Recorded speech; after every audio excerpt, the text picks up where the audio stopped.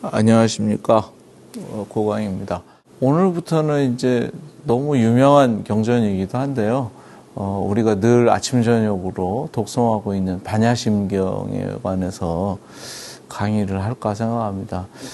강의 주제를 뭐를 생각할까 참 고민을 많이 했었는데요. 사실 반야심경은 불자들이 누구나 다 외우고 있고, 그 다음에 뭐 280자밖에, 제목 포함해서 280자밖에 안 되니까, 다들 외우고 있지만, 사실 그게 한글로 번역되어 있는 반야심경을 읽는다고 하더라도, 그게 무슨 말인지 정확하게 이해가 안 돼요. 저 자신도 이해가 잘 안 됐습니다. 그래서 그것에 대한 무한한 궁금증을 가지고, 또 반야심경에 대해서 해설되어 있는 많은 책들이 있는데 그 읽어봐도 이해가 안 되더라고요. 뭐 책을 쓰신 분들은 나름대로 이해하셨으니까 쓰셨겠지만 제가 너무 미약하고 좀 이해력이 부족해서 그런지 그냥 대충 이해는 하겠지만 명확하다는 생각은 안 들고, 왜 제목과 내용이 이렇게 다를까라는 의문점을 계속 가지게 됐어요. 사실 반야심경에서 말하고 있는 제목은 제목 자체가 반야에 관한 얘기를 하고 있어야 맞잖아요. 근데 반야심경 어디에도 반야에 관한 명확한 설명을 내려주지 않아요. 그러면서도 그게 또 뭐 반야의 핵심인 것처럼 말하고 있고요. 그래서 누군가는 이런 얘기를 해요. 이것도 공하고, 아도 공하고, 법도 공하고, 아공, 법공, 부공 이러죠. 모두 다 공해야 된다고. 그렇다면 나도 공하고, 법도 공하고, 모든 게 다 공해서 텅 비어 있다면, 그래서 사실 알 수 있는 게 아무것도 없다. 이런 식의 무슨 얘기를 해도 다 비어 있기 때문에, 그러니까 결국은 알 수 있는 게 아무것도 없다. 이런 식의 생각을 갖는다는 거죠. 그래서 우리 속담에도 그런 말이 있죠. 탁상공론이라는 말이 있어요. 탁상이라는 말은 이런 게 탁상이죠. 탁상을 놓고 양쪽에서 공에 대해서 얘기를 하다 보면 밤새도 결론이 안 난다는 거예요. 그래서 탁상공론이라는 말이 쓸데없는 얘기를 하고 있는 것을 탁상공론이다 이렇게 말하죠. 정말 쓸데없는 얘기일까요? 공론이라는 말이. 공을 말한다고 하는 것이 정말 쓸데없는 얘기일까요? 그렇다면 이런 거 한번 생각해 볼 수 있겠죠. 산자야는 불가지론자입니다. 그래서 산자야의 논리를 부처님은 단박에 깨는데 어떻게 깨냐면, 당신이 모른다고 말한다면, 당신이 이 세상에 그 어떤 것도 알 수 없다고 말한다면 그 알 수 없다는 사실을 당신은 어떻게 압니까? 라는 말 한마디로 끝내요. 다시 말하면 알 수 없다라는 말이 들리기에는 그럴듯하게 들리지만 명확하게 이해하지 못하고 있다는 말과 같아요. 그래서 이런 말들이 부처님이 외도를 반박할 때 하셨던 말인데, 우리는 다시 불교를 논하면서 부처님의 가르침을 논하면서 다시 산자야와 같은 논리를 끄집어다 대고서 말하고 있다는 거죠. 이거는 좀 심각한 문제라고 생각이 됐어요. 그래서 한번 반야심경을 요리 뜯어보고 저리 뜯어보고 해서 낱낱이 해체해서 한번 읽어봐야 되겠다라는 생각을 갖게 됐어요. 일천하지만 제가 이해한 방식의 반야심경을 다 같이 한번 공부해보면, 물론 제 말이 다 옳거나 다 틀리거나 이렇게 말할 수는 없지만, 이렇게도 해석해서 볼 수 있다고 하는 사실을 인지하고, 그 다음에 경전을 볼 때 다양한 시각을 통해서 어떤 게 부처님의 가르침이 올바른 것인지를 생각해 볼 수 있는 시간이 됐으면 좋겠다는 의미에서 이 강의를 하게 됐습니다.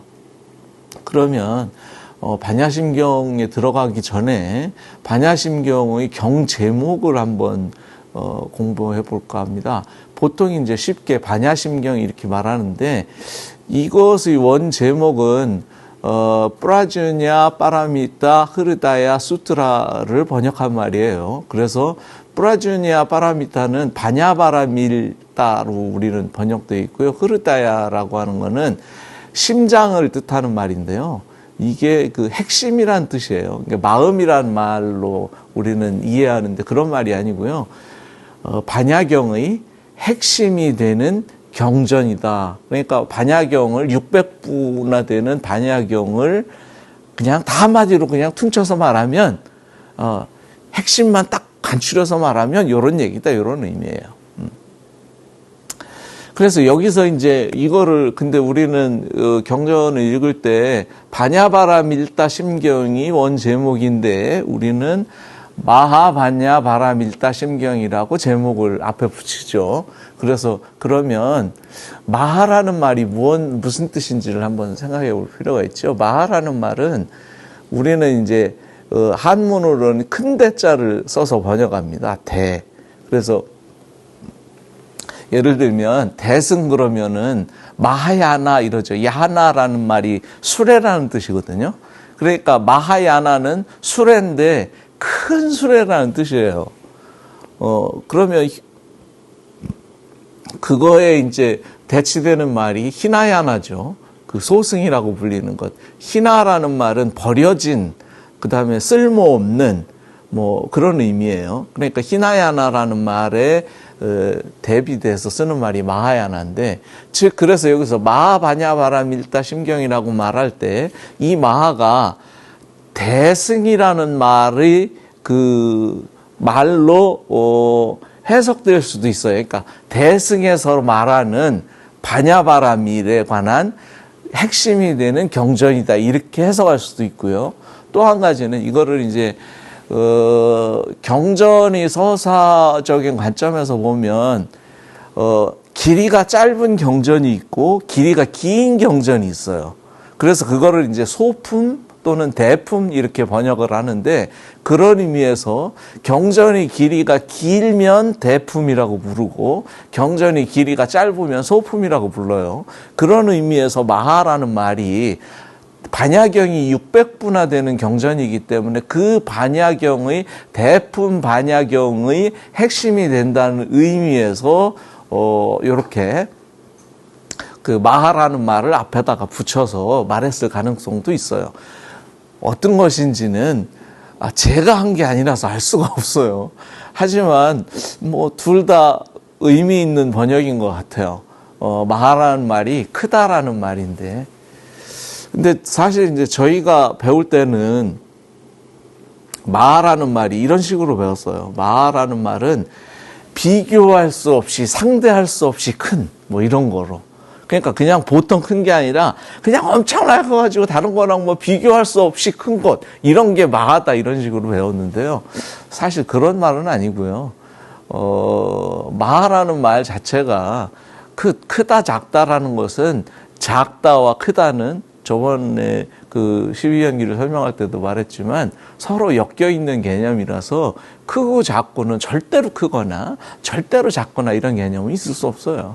그래서 여기서의 마하라는 의미는 아마 대품 반야경의 핵심이거나 아니면 대승에서 말하고 있는 바냐바라밀, 즉 지혜의 완성에 관한 핵심이 되는 것들을 추려서 말했다, 이런 의미로 이해하시면 그게 훨씬 더 합리적인 해석이 아닐까라는 생각을 하게 됩니다.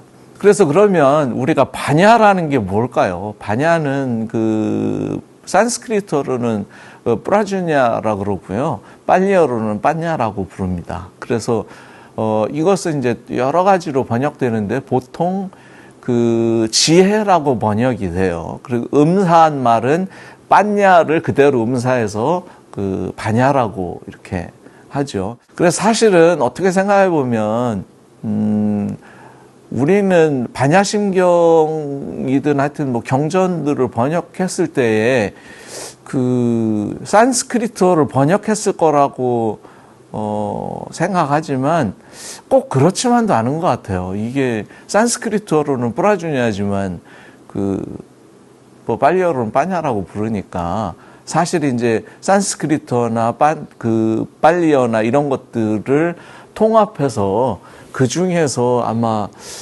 읽기 쉽고 말하기 좋은 빨리어를 참조해서 반야라고 번역 음사하지 않았나 싶은 생각도 들어요.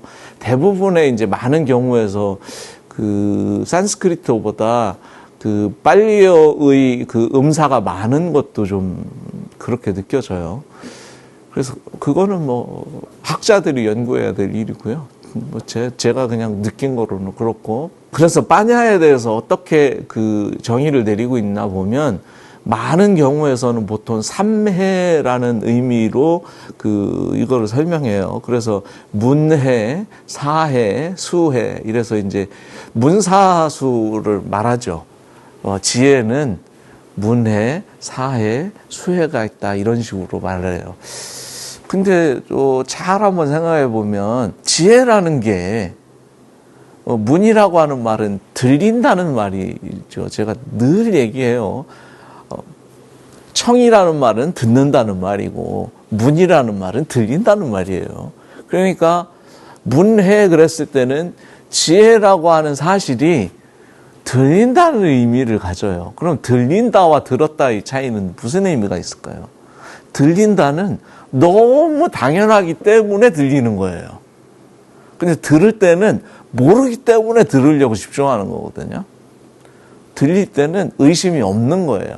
그러니까 지혜의 작용에 대해서 부처님이 말했던 이 프라주냐에 대해서 그냥 들려야 되는 것이죠.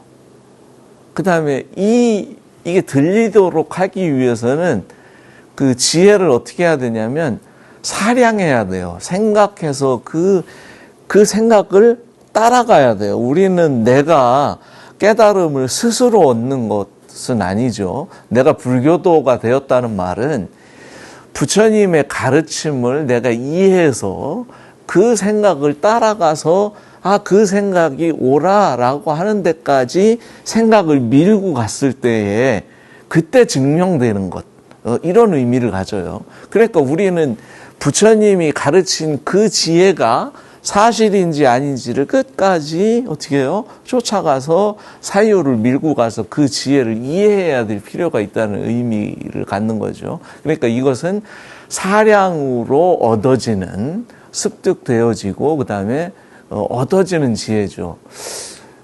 우리가 이제 경전에 보면 얻을 득자라는 글자가 참 많이 들리거든요.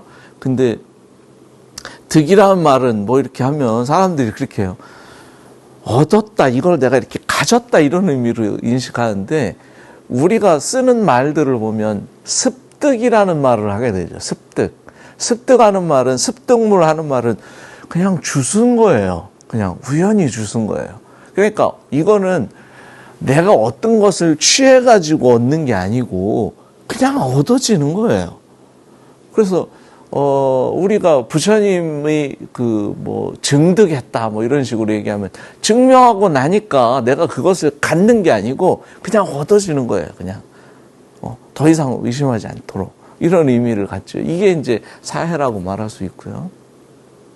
그 다음에 이것에 대한 지혜가 어떻게 해야 되냐면 얘는 지속적으로 닦아서 얻어져야 되는 지혜인 거죠. 그러니까 여기서 이제 닦는다는 말은 수습이라는 말로 수습이라는 말의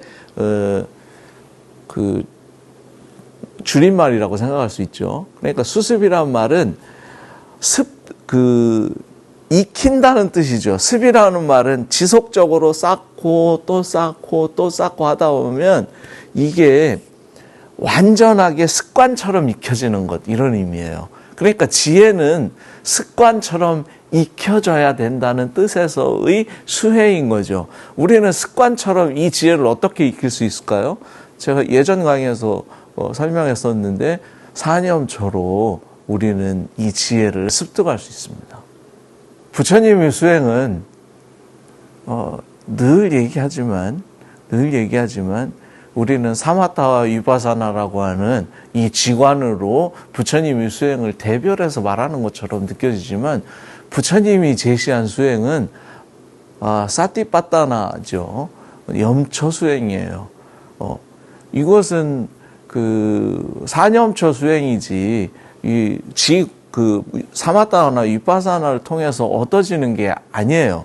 만약에 이것을 고집하는 사람이 있다면, 사마타와 위파사나를 고집하는 사람이 있다면 그들에게는 반드시 뭐가 필요하냐면 방편이라고 하는 게 필요합니다.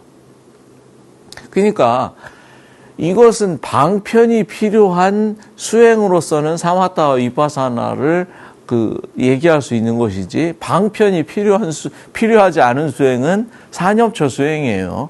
그거를 잘 인지하고 따라가야 돼요. 우리가 경전을 읽을 때 어떤 단어가 등장하면 그 단어가 경전 내에서 그 단어가 등장할 때마다 주변에서 서성거리는 단어들이 있어요. 그 단어들에 우리는 신경을 써야 돼요.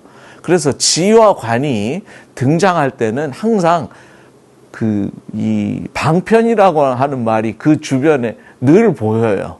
그러니까 이거는 지와 관은 방편과 연결되어서 우리는 생각해야 된다고 하는 사실을 눈치채야만, 그래야 부처님 경전이 보이기 시작합니다.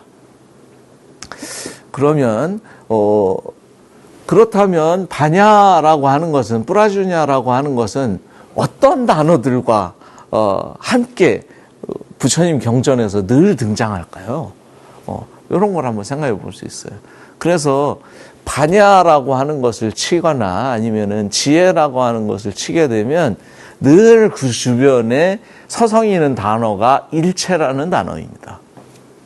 그래서 이제 사실 우리가 아침에 부처님 전에 행선 축원을 할 때 그런 말을 하죠. 구경원성 살바야, 뭐 이런 말을 해요. 아마 들어보셨는지 모르겠는데, 구경이라는 말은 마지막에 결론적으로 뭐 이런 말이고, 원성은 반드시 완벽하게 이루어야 될 것은 뭐냐면 쌀바야예요. 쌀바야는 사르바에 대한 자나거든요.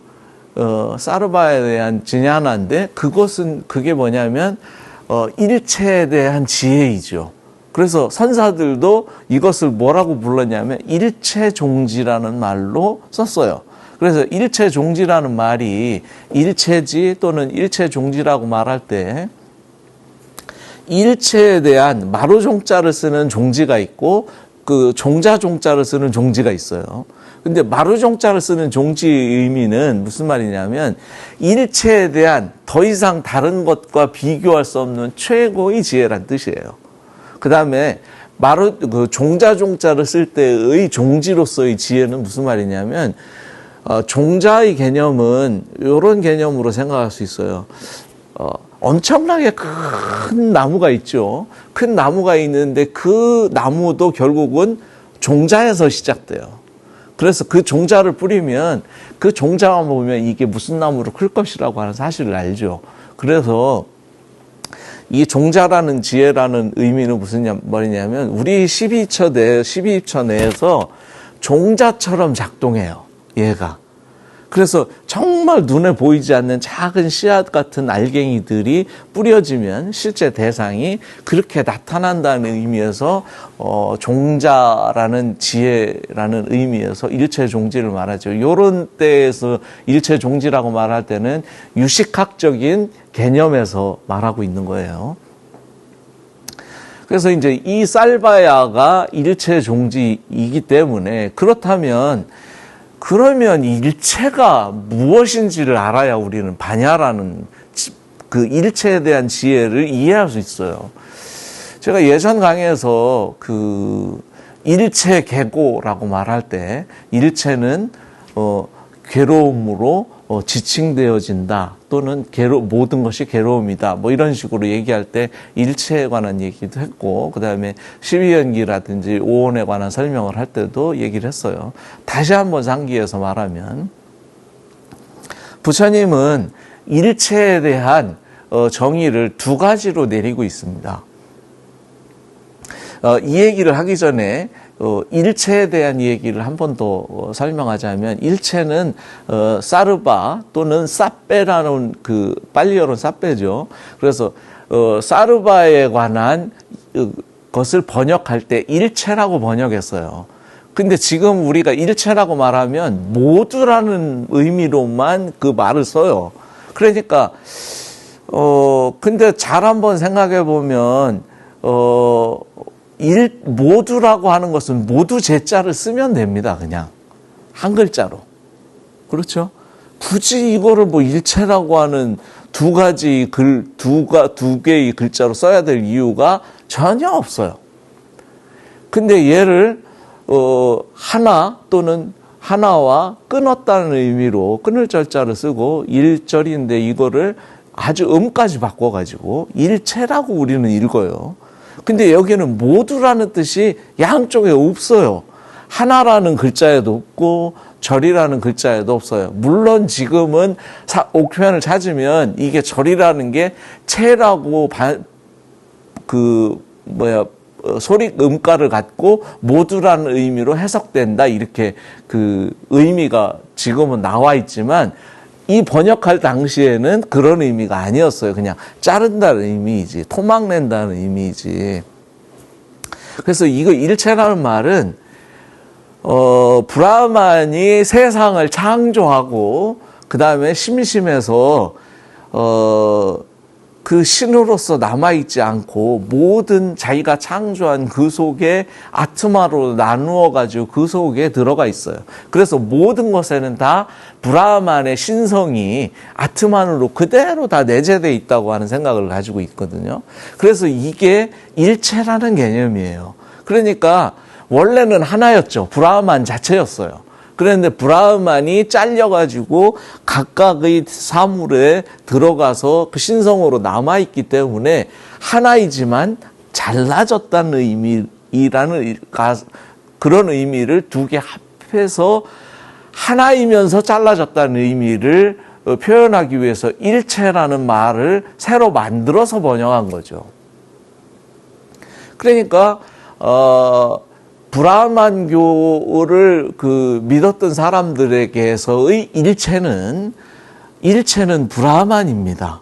그러니까 우리도 다 브라만의 소산이고 사실 그 속으로 내면을 다 들어가 보면 브라만이 신성인 아트만을 발견할 수 있다고 하는 생각을 갖는 거죠. 이게 세간의 브라만교의 일체라고 볼 수 있어요. 그런데 비해서 그 생각에 반기를 가졌던 사문들은 적취설을 주장했어요. 적취설은 뭐 그런 게 어딨어. 신이 뭐 세상을 뭘 만들긴 뭘 만들어. 본래 있었던 거야. 뭐가? 근본적인 요소가 네 가지로 우리는 생각해 볼 수 있지. 지수, 화풍이라고 하는 네 가지, 마하붓다라고 하는 근본적인 요소가 있다고 얘기된다는 거예요. 이렇게 4대 요소설로 생각한 사람들이 바라본 일체에 대한 개념은 뭐겠어요? 일체는 사르바라고 하는 것은 결국 다 4대이다. 이게 기본 생각이에요. 근데 문제는 우리도 지금 그렇게 말하고 있다는 거예요. 또 그 다음에 심지어 많은 사람들이 불교를 말하면서 뭐 나와 남이 하나고 대상관해가 다 하나고 그 다음에 나는 본래부터 없는 것에 대해서 요소들로 이루어져 가지고 이런 것들이 모여서 됐기 때문에 나는 없다 이런 식의 사고방식은 누가 했던 거냐면 적취설을 주장했던 사문들이 했던 사고방식이에요. 그 사고방식을 우리는 고스란히 말하고 있어요. 그렇다면 부처님은 이 견해에 대해서 어떻게 비판했을까요? 부처님이 이 견해에 대해서 이렇게 말했어요. 당신들이 4대로 만들어졌다고 말한다면 그러면 이것이 4대로 만들어졌다면 나도 우리 사람들도 생명체에 있는 이런 중생들도 4대로 되는 게 맞겠죠. 그러면 이 4대를 그냥 잘게 가루를 내가지고 짬뽕 해가지고 대충 사람 모양으로 또 만들어가지고 다시 내놓으면 그놈이 살아있어야 그 이론이 맞아요. 그러지 않죠? 이거는 재현 불가능해요.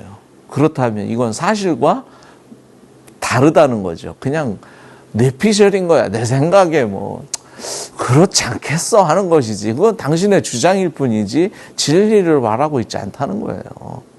그러니까 그걸 비판했음에도 불구하고 우리는 그 요소서를 교묘하게 뭘 집어넣어가지고 막 해서 막 얘기하고 있을 뿐 사실 부처님이 비판했던 내용을 그대로 답습하고 있다고 하는 것이 굉장히 심각한 문제이고 그것이 무엇이 잘못됐는지조차 모른다는 것도 아주 심각한 문제이죠. 그래서 부처님은 그러면 일체를 부처님은 어떻게 봤느냐. 부처님은 일체를 두 가지로 말했어요. 세간의 일체와 열애가 말하는 일체의 개념으로 말했어요. 세간의 일체는 오온이다 이렇게 말했어요. 세간은 5가지 무더기로 우리는 이해될 수 있어요. 세속 사람들이 말하는 모든 것들을 다 취합해서 말하면 5가지 무더기로 그냥 딱 말할 수 있어요.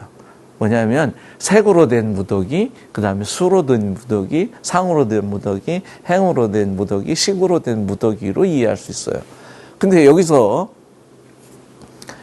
색, 수, 상, 행식 이렇게 나올 때 우리는 부처님이 가르침에 있어서 그때 당시 개념으로서 추와 세라고 하는 개념으로 이해를 해야 돼요. 추는 거칠다는 의미이고요. 세는 미세하다는 의미예요. 지금 우리가 말하는 거칠고 미세함의 문제와 달라요. 사포로 말할 때 거친 것은 이렇게 뭐 몇 방, 뭐 60방 사포는 거칠고 뭐 1000방 사포는 뭐 곱고 이런 의미가 아니에요. 그때 당시 거칠고 미세하다는 의미는 거칠다는 말은 실제적으로 우리 감각을 통해서 걔를 직접적으로 인지할 수 있다는 의미를 가져요. 그러니까 색이라고 하는 것은 우리가 감각적으로 다 인지되죠. 느껴지고 만져지고 보여지고 느껴지고 하는 것들. 이런 것들은 다 거친 것이고 이것은 색온에 해당돼요. 거친 무더기로서 우리에게 눈에 보이는 모든 것도 이런 거죠. 소리로 느껴진다든지 이런 것들은 다 색온에 해당돼요. 색의 무더기에 거친 무더기로서 있고요. 그 다음에 느낌이 우리가 느껴지긴 하지만 그놈을 알 수는 있나요? 없죠. 그래서 얘는 눈으로 보이거나 실제적으로 감각돼서 무엇을 분별할 수 있는 건 아니지만 미세하다고 느꼈던 것 같아요. 그래서 그들은 그때 당시 미세하다는 표현을 썼죠. 그래서 감각의 무더기도 있고요. 그 다음에 우리는 대상을 할 때 어떤 대상들이 드러나고 있는 그 형상이 있죠. 그런 것들이 상온이죠. 그래서 이런 싼냐들이 무더기가 있고, 왜냐하면 이런 그 모습이 드러나지 않는다면 대상을 구별할 수 없잖아요. 그러니까 이런 싼냐의 무더기가 있고, 그 다음에 우리는 무엇도 느끼냐면 업이라고 하는 사실을 자꾸 느낍니다. 그러죠? 선업과 악업이 있어가지고 저놈이 잘 사는 거는 복을 많이 지었을 거야. 저놈이 못 사는 건 복을 안 짓고 박복한 짓만 해서 그럴 거야 라고 하는 그 업을 자꾸 느끼죠. 그래서 그런 설명들을 우리 주변에서 많이 들어요. 뭐 선인 선관이, 악인 악관이, 무슨 뭐 이런 얘기들을 많이 들어요. 그래서 이런 업들이 신구의 삼행으로, 신구의 삼업으로 이루어지죠. 몸으로, 그 다음에 말로 하는 것, 또 생각으로 짓는 것의 업들이 있을 거라고 하는 그런 업의 무더기들도 느끼게 돼요. 그 다음에 대상을 인식하고 있고, 그 다음에 인식하고 있는 그 인식들이 있죠. 그런 것들도 무더기로 있어요. 그러니까 세상 사람들이 주장하는 일체라고 하는 것을 딱 한마디로 줄여서 말하면 5개의 무더기로 통합된다고 말할 수밖에 없어요. 그래서 이것은 세간의 일체이고 이것은 오온이라고 말했어요. 그런데 비해서 부처님은 그럼 열애의 일체는 뭐라고 말했느냐? 열애의 일체는 12입처라고 말했어요. 그래서 경전을 통해서 항상 이 내용을 보면 어떻게 드러나냐면 오온은 늘 비판을 해요. 색은 무상한 것이고 괴로운 것이고 나도 아니고 내 것도 아니고 이것은 변혁법이고 뭐 이런 얘기를 계속 해요. 그런데 비해서 부처님이 설명한 12연기 속에서 드러나고 있는 12입처는 설명을 합니다. 그게 차이점이에요. 그러니까 오온은 비판하지만 12입처는 설명해요. 그러니까 부처님이 말하고자 했던 것은 너희들은 오온이라고 생각하고 있지만 사실은 그것은 12입처에 관한 얘기라고 하는 것이 일체에 대한 설명인 거죠. 그러면 오온을 왜 비판하고 있는지, 부처님은 왜 12입처를 설명하고 있는지가 이 반야심경에서는 설명되어야 맞겠죠. 당연히. 이게 부처님의 가르침이니까 세간의 일체, 반야는 일체에 대한 지혜이고 이 일체에 대한 지혜를 설명하고 있는 게 반야심경이니까 핵심을 설명하고 있는 것이니까 오온을 비판하고 12입처를 설명해야 맞겠죠. 반야심경에서. 그러지 않나요? 이게 내가 본 그 반야심경에서 반야의 알아낸 그거라고 한다면 그래야 맞을 거라고 생각돼요. 그래서 이 반야심경은 이런 관점에서 반야심경을 바라보면 반야심경이 이해되기 시작되지만 그렇지 않고 기존의 방식대로 그렇게 이해를 하게 되면 불가지론에 빠질 가능성이 굉장히 많습니다. 이것도 없고 저것도 없고 다 없어요. 그죠? 부처님의 설명도 없어요. 부처님이 설명한 12연기도 없고 고진멸도도 없고 다 없어지죠. 그러면 반대로 생각해 보면 이렇게 생각할 수 있지 않을까요? 자기가 설명하겠다고 말해놓고 그 설명을 아니라고 부정하는 바보가 있을까요? 그래서 이거는 한번 깊이 생각해 봐야 된다고 하는 게 저희 생각이고, 이 반야심경의 강의에 들어가기 전에 반야가 무엇을 말하는지에 대한 설명이 필요한 것 같아서 여기까지 얘기를 하도록 하겠습니다.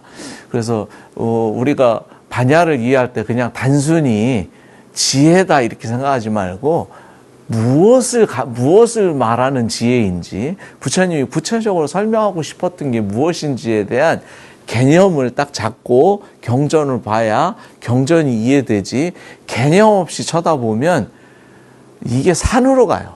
산으로 가서 도대체 무슨 얘기인지 알 수 없는 상황이 되니까 그것들을 기본적으로 좀 공부했으면 좋겠다, 이런 의미에서 첫 번째 강의를 반야에 관한 얘기를 설명을 했습니다. 오늘 강의는 이것으로 마치도록 하겠습니다.